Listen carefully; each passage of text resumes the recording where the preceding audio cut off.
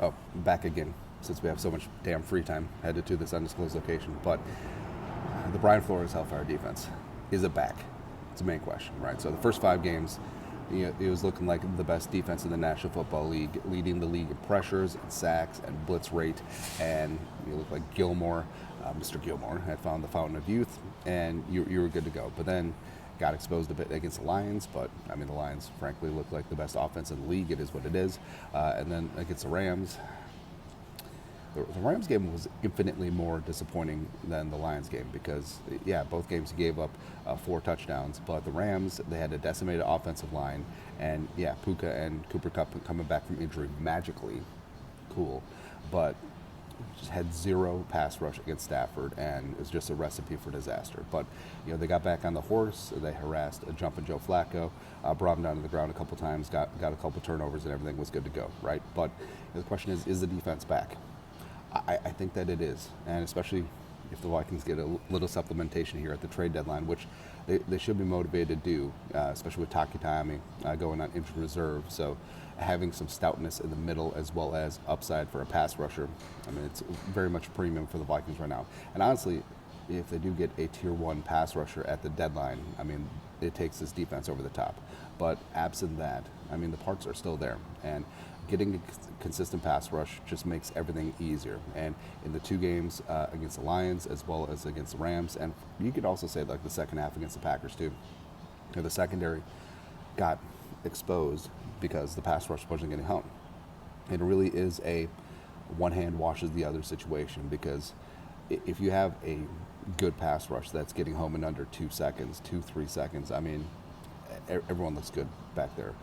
Or conversely, if you have a pass rush that isn't getting home in 6, 7, 8 seconds, and the quarterback has all day to go through his progressions, especially if you're bringing an extra body on the blitz, I mean, any quarterback worth the salt is going to find holes in his zone. Any solid receiver is going to recognize what you're in and be able to sit down and show his numbers to the quarterback. So you could say that they're washed when it really is lack of a pass rush. But like I said, it is, one hand washes the other. But I think the Vikings can consistently get back after things. They sort of got lost in the soup. The Rams had a great game plan, and the Lions obviously have one of the best offensive lines in the game. But now with the emergence of Diamond Dallas Turner, which is something that you love to see, I think the Vikings can certainly get after things. Jonathan Grenard, the Nard Dog, might be the most underrated edge rusher in the game. I truly believe that, and that's not just a homer take. The fact that he has 7 sacks, leading the team in pressures, he's leading the NFL in pressure rate.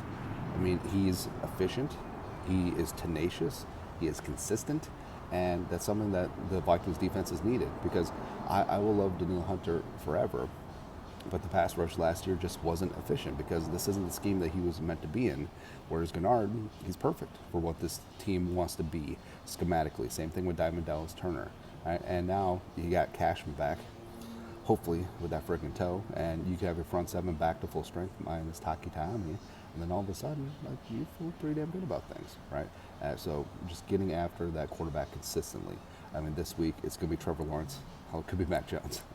I feel like Trevor Lawrence is like this close to getting benched. And then next week, Mason Rudolph, Will Levis, Caleb Williams. Let's go. The Vikings have this opportunity the next 3 games on the road Warriors, to really get right defensively and get a couple of turnovers.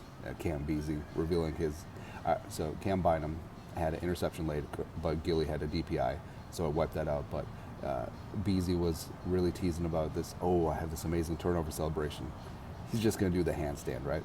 Just like everyone else, he's going to do the handstand. But I think the Vikings have a chance for this 3-game stretch to really ramp up things. Like we'll talk about, could they have 12+ sacks during these 3 games? Could they have 5-6 turnovers during these 3 games? I think they certainly could.